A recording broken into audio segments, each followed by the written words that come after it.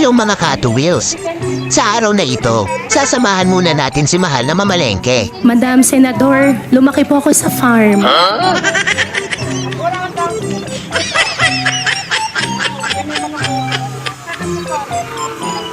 At ito nga siya sa suki naming gulayan, namimili ng gulay para sa lulutuin niyang putahe mamaya.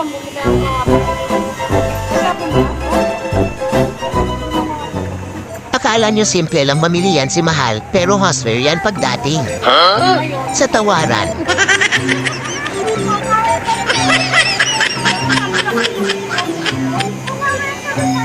Yun nga lang medyo mahiyain si Suki.